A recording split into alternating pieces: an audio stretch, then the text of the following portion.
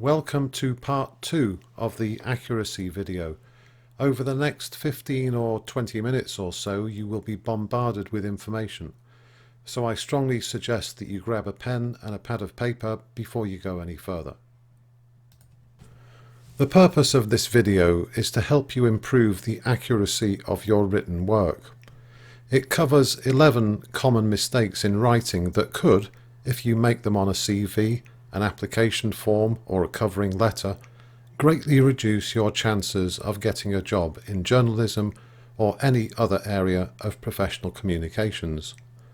The good news is that they are all avoidable if you follow some easy to remember principles.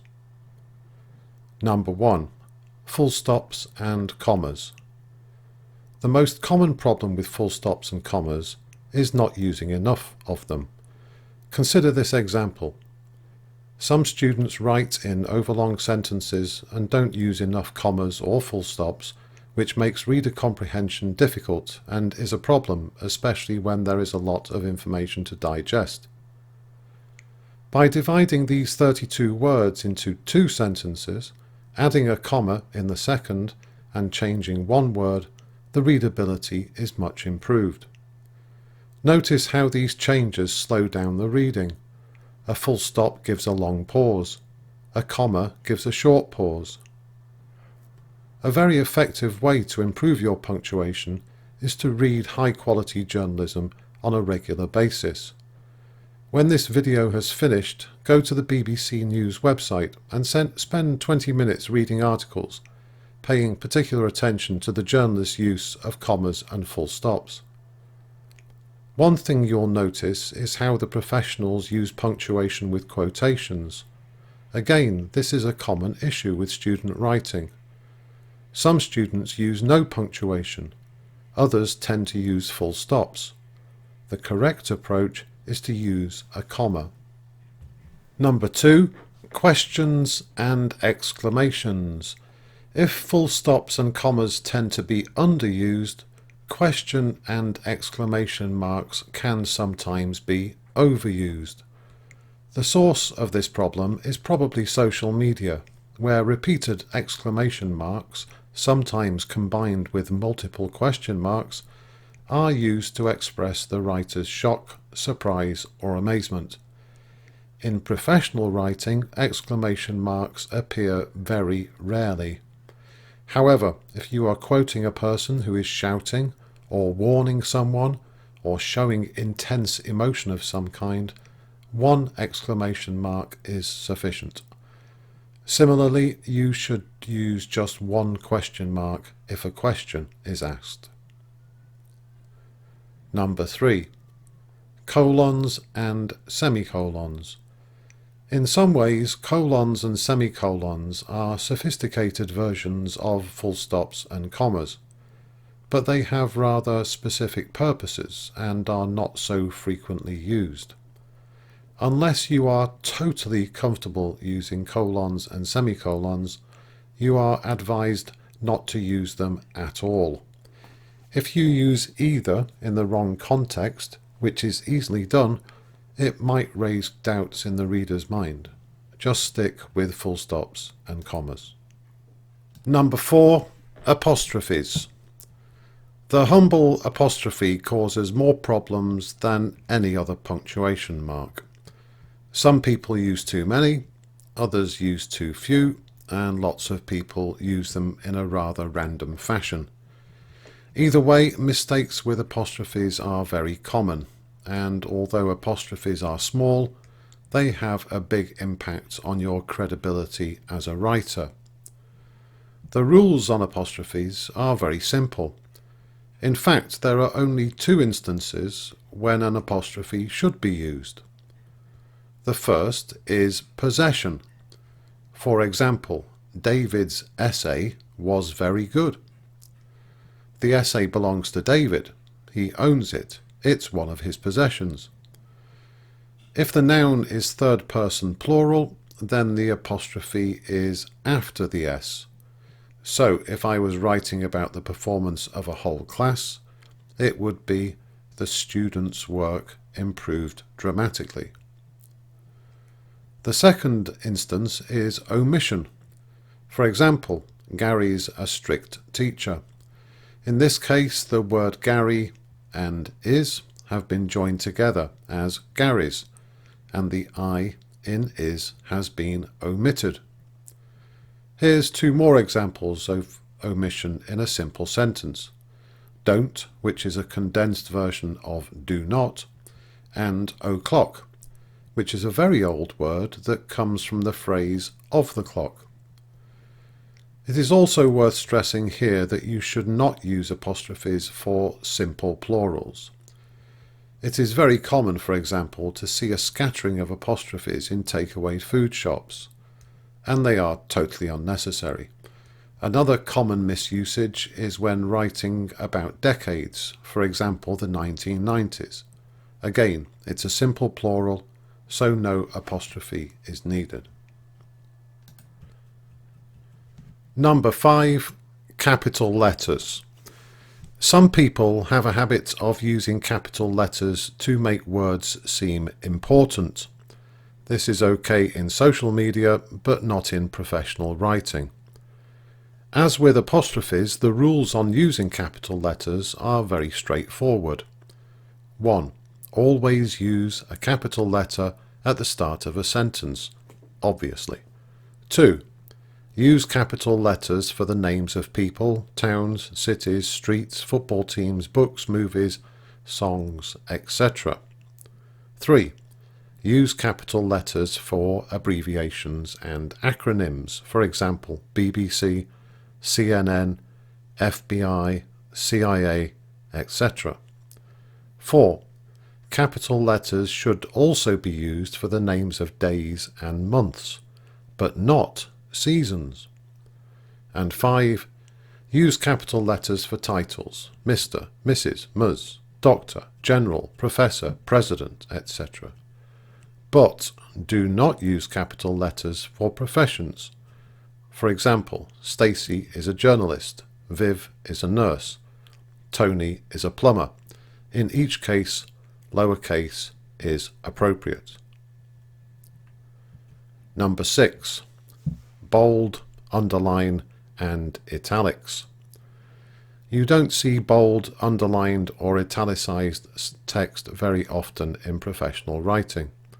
Tabloid newspapers sometimes use these techniques for headlines and subheads, but generally speaking, you should avoid using them. Some students, however, have a habit of using italics for quotations. Don't do it.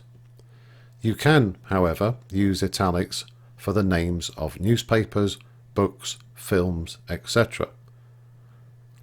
And another valid usage of italics is when you use one of the many foreign language words or phrases that have been incorporated into the English language.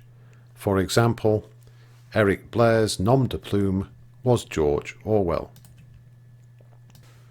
Number 7. Number format.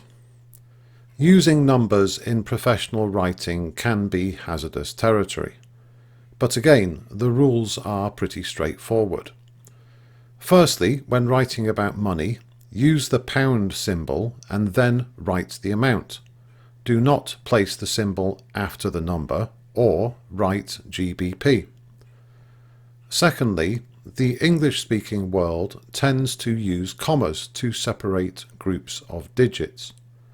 Other parts of the world, notably continental European countries, use points or full stops. Also, English-speaking countries use points for currency, whereas other countries use commas. If you are writing for a UK or an American audience, make sure you use the format on the left. The third rule involves using numbers in text. You should write numbers 1 through 10 as words. For example, I went to the beer festival and tasted 8 types of beer, unless it's a financial amount, and each one cost £4. If you start a sentence with a number, it is always written as a word. 10 hours later, I had a terrible hangover. Number 8. Homophones. A homophone occurs when you have two or more words that are pronounced the same but have different meanings and/or spellings. The word comes from the Greek language, homo meaning the same and phone meaning voice or sound. Most people have no problems dealing with homophones. We use them quite happily in everyday writing, and rarely, if ever, we make mistakes. There are, however, over 400 homophones in the English language, and some of them are more troublesome than others. In my experience, these 6 pairs of words are regularly confused: compliment, vain, practice, whose, discreet, and soul.